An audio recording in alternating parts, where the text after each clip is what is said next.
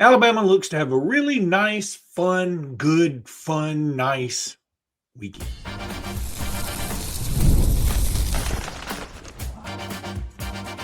You are Locked On Bama, your daily podcast on the Alabama Crimson Tide. Part of the Locked On Podcast Network, your team every day. I'm Luke Robinson. That's Alabama internet legend Jimmy Stein, and this is Locked On Bama. Want to thank Odoo for sponsoring this episode. Odoo is awesome. You've heard him on Sirius XM. Now you're hearing him on Locked On, and we love it. So Jimmy, lots to talk about. We're going to talk. So we got 2 new Loblocks coming up. 3, actually. 3. Oh my gosh. We may have Loblocked one of these guys before. I don't remember. I don't think so, though. So let's call it 3. Well, now I got to change my graphic, but I'm not going to do it. No, don't do that because it may only be 2. I can't remember if we've already had to start over once. I'm not doing it again. Yeah, let's don't do that again. So we got 3 new Loblocks. We're also going to talk about the visitors this weekend. We'll do the Loblocks at the end, and we're also going to do Jimmy's roster countdown, which is always a blast. So we will talk about the visitors this weekend. First of all, we already talked about Antonio Berry a little bit in yesterday's podcast. I mean, big deal. He's the biggest visitor we have this weekend, right? I would say a tie between him and Junior Tu'upo because I think they're the highest rated guys that are uncommitted to either us or out there, the highest ranked guys. These are national top 100 types. Junior's from Thompson. He's a safety from Thompson that don't know. And he's, again, a national top 100 type talent. His offer list is crazy. And I believe he's ultimately going to choose between Texas and Alabama. Texas is coming in with a public lead here for Junior Tu'upo. He was not shy about leaving Texas, saying, Texas, my leader, sometimes has a visit high. But then he goes and visits Auburn, and he liked Auburn. He had a good time there, but I think Texas is still in the lead, so not a visit high. Alabama, which is I believe, from piecing things together from multiple places, I believe Alabama is sort of the family favorite, which makes sense. It's right up the road. He's a good friend of Trent Seaborn, all the other Thompson kids.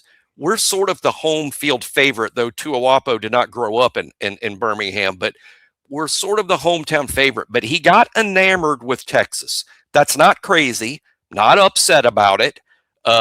Probably more money over there, but this is a priority player for Alabama. This one would hurt. If he chooses somewhere else, this one would sting. Antonio Berry, I feel a little differently about in the sense he's not from here. Tupelo, Mississippi is Antonio Berry, borderline 5-star. He's a 4-star, but he's in the 5-star neighborhood. This is the highest rated offensive lineman Alabama's got a shot at. I think Alabama's going to make him a fair offer. What about Kamara? I don't know that Alabama's really in on it with him. I think things got a little. Just too much money. I think that got carried away a little bit, and this is just not a good cycle for that. Now, that could happen because I don't think Kamara is going to pick the highest bidder for sure, but I think you've got to be in the ballpark, and I think some teams have gone bananas there. Antonio Berry's not in that category. I don't think you got to go bananas to get to Antonio Berry money. I think Alabama's gonna be in the ballpark there. So your best shot at Berry. Kamara also, as we speak, does not have an official visit planned for Alabama. He's not going to make official visits until maybe even after his high school season. He's working on reclassifying and that. So I think, sometimes that speaks to NIL, frankly. And secondly, boy, shout out to the kid. English is not even his first language. How do you go graduate from high school early in your second language? So I love that kid. He's going to be a tremendous success. Just today, I would say that's not going to be Alabama. You got a better shot at Antonio Berry. Junior Tu'upo, to me, is equally as bigger than Berry because it might be a little bit more of a priority being an in-state guy. Alabama doesn't have a safety need, one of the deepest positions on the team, but you might in the future. And these kids are all about, literally your long-term future. Yeah. And I mean, honestly, I think safety-wise, Alabama's in pretty good shape with that room, and they're even better shape in the offensive line room. So if you ask me in terms of youngsters, I feel like that they don't have to have either one of them, but I certainly would love to have both. I'm with you on the Thompson kid. I think he's more priority in state. And there have just been so many guys leave the state this cycle. And again, people are going to read what they want to read into that. I'm not like super concerned about it because Nick Saban lost a bunch of guys out of state too. Alabama's casting a wide net. So, I'm as an Alabama guy, I love it when we get Alabama guys. I'll tell you why losing Tu'upo was going to be a punch below the belt for me. There's 3 safeties in state that I really, really liked in this group, but Alabama was only going to go after 1 expensive safety. And there's 3 good ones in Alabama. And they kind of circled Tu'upo as the guy they wanted. I like Jaden Aparicio Bailey, who's going to be at Prattville this year. He's got Ohio State. I don't know if he's committed there. He might be. Alabama's not been involved. Yeah, but he's big time. And Jalen Scott from Williamson and Mobile is committed to Oklahoma, but Georgia is trying to pull him away from Oklahoma. That's turned into a Georgia-Oklahoma battle for him, and he's from Mobile, from Williamson. I like those 2 guys a ton too. So if you also lose Tu'upo while those 2 safeties are going elsewhere, I got to say that's a loss. That's ungood. I'm with you on that. And again, it's okay to say, hey, they're going to take some losses and they took some L's this year, but you're not super concerned about recruiting. I'm just not going to sit here and panic like everybody else. No, there's no reason to. I talked to Spencer McLaughlin today of Locked On College Football. He was like, what is going on down there? I'm not making fun of him because he's great. Yeah. I'm just saying that, like, from the outside perspective, it's Alabama, the whole thing's crumbling apart. You got to really know. To be honest, I'm glad everybody listening to the show knows this. You got to really know what's going on with Alabama to understand this, because I get from the outside looking in that this looks like, what happened? Did they run out of money? Did they forget how to recruit? They signed 2 top 5 classes in a row going into this year. Of course they know how to recruit. Mm-hmm. Of course they're not out of money. Of course not. It's just a weird makeup of the roster situation where you're going to have this 2026 team you're pretty excited about, but the 2027 team is basically the 2026 team. You're not losing too many guys, and people from around, they're not going to understand that. You have to really know the roster and foresee some guys emerging as big stars that are going to carry a big price tag when the season's over. That's something Alabama knows that outsiders wouldn't. Yeah, and again, you try to explain that, and everybody's just going to say, yeah, you're spinning it. And again, they can feel that way. Yeah. I get it. I understand that. I also understand people want to see Alabama fail. They've been winning for a long time. And I was listening to another show on the way back to Birmingham today, and somebody was like, man, I just picked up Athlons, and Alabama's listed 7th. Can you believe it? And it was an Auburn fan. And the guy goes, well, where's Auburn listed? He goes, 12th, but I'm talking about Alabama.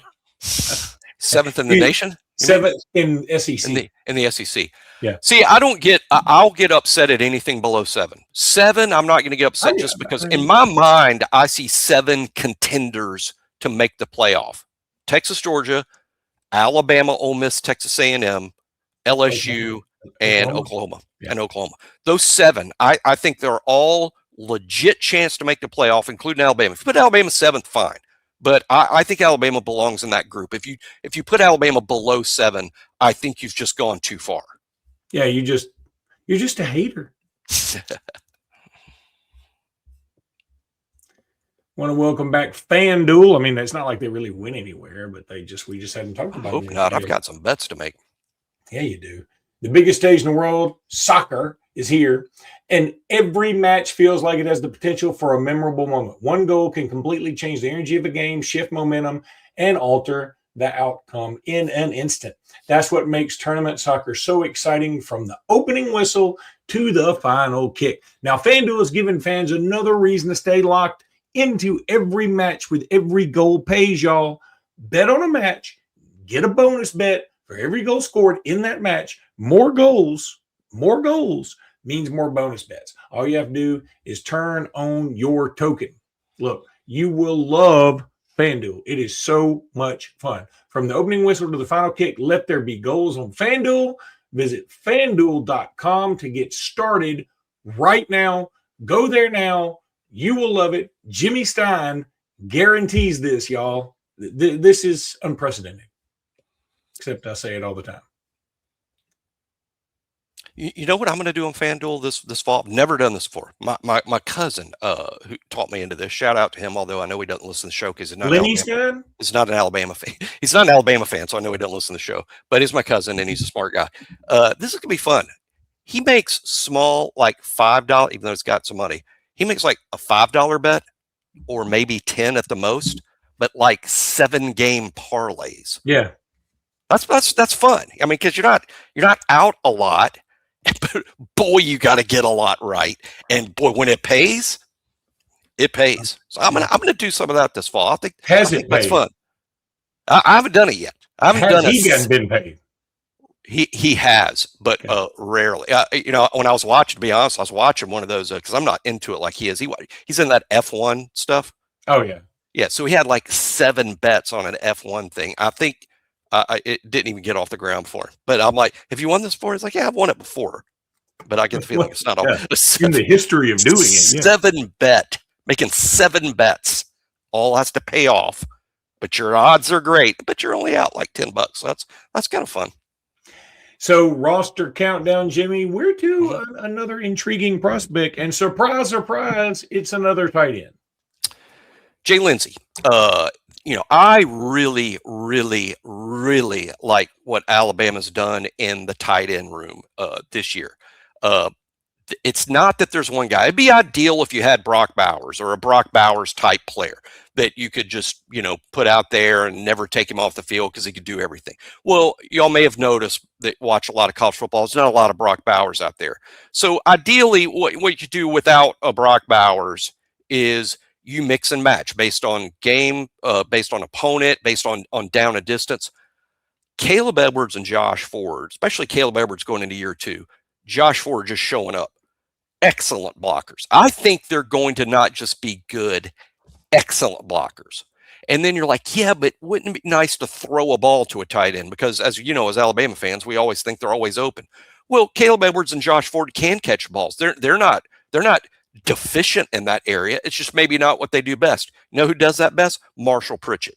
So I think we're going to see Marshall Pritchett in sort of a Josh Cuevas type role of catching a lot of balls. But the beauty of the tight end position for Alabama is it doesn't end there. Jay Lindsey might be next up.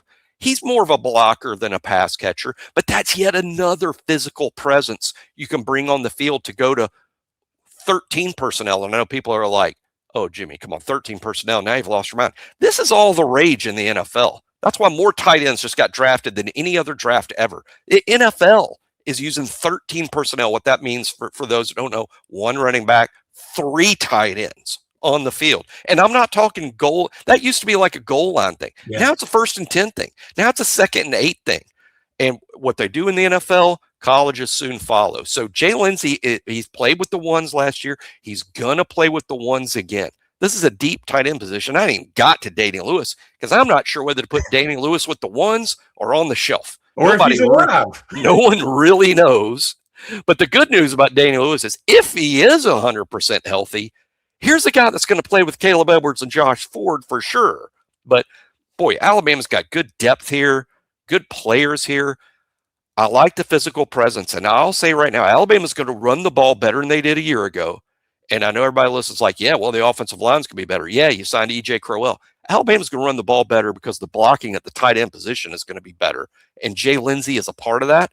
And while we have him here at 47, still, when you're player 47 on a Kalen DeBoer team, you're going to play and you're going to play with the ones. They play a lot of guys on offense and defense. So once you get into this top 50, you're talking about guys you're going to see out there every Saturday, and we'll see Jay out there every Saturday.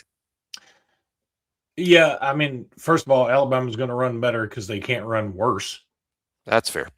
I mean, that's fair. I'm watching the Tennessee game right now. And boy, we won the game, but it was not our best performance running the ball or stopping the run. Deshaun Bishop way over 100 yards against us. but Alabama won the game handily. Great job of making the play at the key moments. Yeah. Ty Simpson was also playing really well in this game. Ryan Williams had a good game against Tennessee. He did have a good game. That's why I go back and watch, because I forget 5 catches, 87 yards for Ryan. And that doesn't describe how good some of those plays were. Yeah, and Xavier Brown, of course, with the big interception. And, by the way, I mean, I know this is supposed to be about Jay Lindsey, and Xavier Brown's going to be way up your list. But it's so easy to remember Xavier Brown for his pick six against Oklahoma or the magical pick six against Tennessee. But people forget he made the interception against Georgia when they were coming back down the field again and intercepted Carson Beck as a true freshman. I mean, everybody was talking about Ryan Williams. I mean, Xavier Brown was right there. Yeah. Clutch with a capital K. Xavier Brown is a pick six freak. I think Xavier's got a long career in the NFL. I think the challenge for Xavier, and we'll talk about it more in depth when we get to him, and he's top 10, and he's top 5. But Xavier, I think the challenge for Xavier is this: be a better player down to down. I think there's some consistency there. And I think down the field is a thing with him. There's things he can improve on. The good news for him is, hey, you improve on these things. Hello, day one of the draft. Yeah, I'm with you on that. So Jay Lindsey is Jimmy Stein's number 47 player on the countdown. So we're really getting into the 2 deep here in just a second. In fact, some of these guys, like Jimmy says, they will be in the 1 deep. Yeah. Time to talk a little Odoo now. Odoo is fantastic. We appreciate their being a sponsor of the program these days. Odoo is fantastic. Running a business shouldn't feel like you're trying to connect a bunch of systems that were never designed to work together. One app for accounting, another for inventory, another for sales, and somehow none of them want to talk to each other. That's crazy. That's where Odoo comes in. Odoo is an all-in-one business management software that brings every part of your business together in one powerful platform. From sales and accounting to inventory and marketing, everything works in one place, helping your team move faster, stay organized, and focus on growing the business instead of managing software. The best organizations know that success isn't just about talent. It's about having everyone working together towards the same goal. And that's true in sports, just like it is in business. Great organizations win because operations matter, and that's why you should get Odoo. Try for free today at odoo.com/lockedon. That's odoo.com/lockedon. Jimmy Stein also guarantees this one, and I'm not playing around. All right, so Jimmy, we are to the point of lob locking. I think 3 new Loblocks. I know 2. Yep, I'm ready to lob lock 3, and I think you'll be on board with all 3. I know you will be. Gosh, I wish I was lob locking Junior Tu'upo or Antonio Berry, but I don't want to be optimistic and the sunshine pumper I'm always accused of being. I want to be right. I want to be right. So let's go Stafford Willis, offensive lineman from Arab, coming in this weekend. I know he's a 105 guy, or if that's the term that we're using, which basically means you have full scholarship offer, big part of the team, not a lot of money, maybe no money, or maybe a little money. This guy's going on visits to places like UCLA, South Carolina, Virginia Tech. I mean, this guy's he's not a name that we've been talking about for 6 months, but when you've gone on 4 Power 4 visits and have offers to places like that, this is a solid in-state prospect. You know, he would love to be part of Alabama and play for the in-state school. Plays at Arab, which is a great in-state 3A type high school. I'm not sure if they're 3A. There's something like that. I think they're 3A. I think they're 3. But Stafford, good developmental prospect, and just an ideal guy for the 105 type takes. So I'm going to lob lock Stafford Willis, and I'm also going to lob lock Jeremiah Beverly, who is Tuscaloosa. If you like the Zay Hall take a year ago, you'll like the Jeremiah Beverly lob lock here.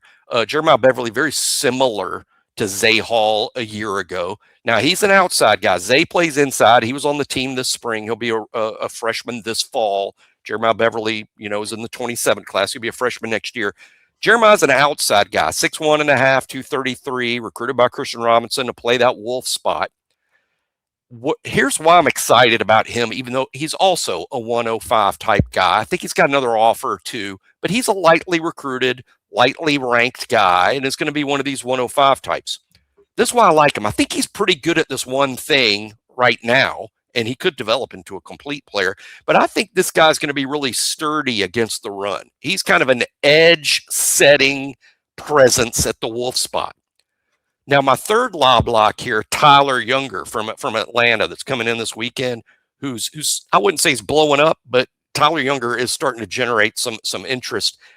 I'm going to call him a 105 guy, but he's really more like a 105 plus. I think you're excited to get Tyler Younger, even though he's lower ranked, but he's also a wolf. The reason I love the take here is Jeremiah Beverly against the run, Tyler Younger as a pass rusher. I mean, these are two guys and not one guy. If they were one guy with those skills that they do best, you're talking about a high-level guy. But I like them as specialists today. Now, both have a chance to develop into more complete players. But I think taking Tyler Younger as a pass-rushing wolf, taking Jeremiah Beverly as a run-stuffing wolf, these are great takes for your 105 types of takes. That said, you're probably paying a little money to Tyler Young. I mean, I'm guessing there. I mean, there's no way for us to know. We'll never know because we don't know. All we can do is assume. I'm just telling you guys, he's a little better than your typical 105 type take. So, but I'm lob-blocking all three. I think all three of these kids love Alabama and want to be a part of it. And I don't know that they'll commit on Sunday publicly, but I'm highly optimistic here. So let's lock in those three to join this recruiting class. I'm with you on the lob blocking. I'm going to go on a limb and say at least two of the three commit by Monday.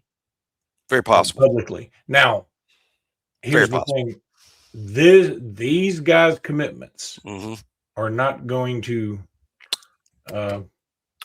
squash any of the clamoring. I agree. It's not going to it's not going to take the edge off for some folks. In fact, it's going to give some Alabama haters even more ammunition. They don't want to hear it. They're going to hear, oh, you can call them 105. Blah, blah. I'm telling you, folks, if this same thing happens next year, I'll be right there panicking. If this same thing had happened last year, I'd be right there panicking. This is an anomaly. I agree that it's an anomaly and an outlier, and I also agree this is not going to put out the fire. It might even throw some gasoline on it. But what I'd like to point out to people that think this is how Alabama is handling the new rules, and this is how everybody is handling this. Texas A&M has the #1 class in the nation right now. They are recruiting one of the great classes of the NIL era, to be honest, because they got Caden Henderson today. But you know what else Texas A&M has? 8 3-stars. 8. Last year, Southern Cal signed the #1 class in the country. How many 3-stars they had in that #1 class in the country? 13. So Alabama's not the only Power 4 school out there doing this. They're all doing it. But A, people don't understand why or how, and B, they're only going to look at the stars, and C, you'll still have people living in the Saban era. It's like, Saban didn't sign any guys like that. Yeah, the rules changed. Saban had 140 guys on the team. Now you can only have 105, but you can put them all on scholarship. So this is what most schools are doing to combat the fact that they're down 35 players that they used to practice with. They're taking a higher grade of player at the end of the roster. Anybody that would complain about it, did y'all complain when we took 10 walk-ons? They weren't even announced when they joined the team. But now they are, because they're scholarship players, and they should be. But that's what's going on here, and everyone needs to be educated about it instead of just having an emotional reaction looking at stars, and realize, again, so many people that follow our program only follow Alabama. They don't have time in their lives like we would to kind of follow everybody. And they think, well, this is what Alabama's doing. No, it's what their Auburn's doing it too. They all have to sign players like this to make the new rules work. One more thing. So I was on with Spencer McLaughlin today, like I talked about Locked On College Football. Don't know when it's coming out, but we were talking about recruiting. I said, I've followed recruiting for a long time. back used to love as a student in Alabama. I loved Forrest Whitaker's recruiting magazine, and we both sort of stopped and said Forrest Davis. I said, but it would be Forrest Whitaker's recruiting magazine may have been more accurate than Forrest Davis's. There was a Whitaker's magazine. There was a Whitaker. Was it Jeff Whitaker, maybe? It was Jeff Whitaker. You're right. Yeah, he had a national, and his was more national in scope, whereas Forrest Davis sort of covered the South. And I'm a child of that. In Alabama, meaning the school. He was a homer. He invented the Bama bump. He invented. He was a Bama mountain. But okay, that's going to do it for today's pod. We'll be back Sunday with more. Until then, roll tide, everybody. Roll tide.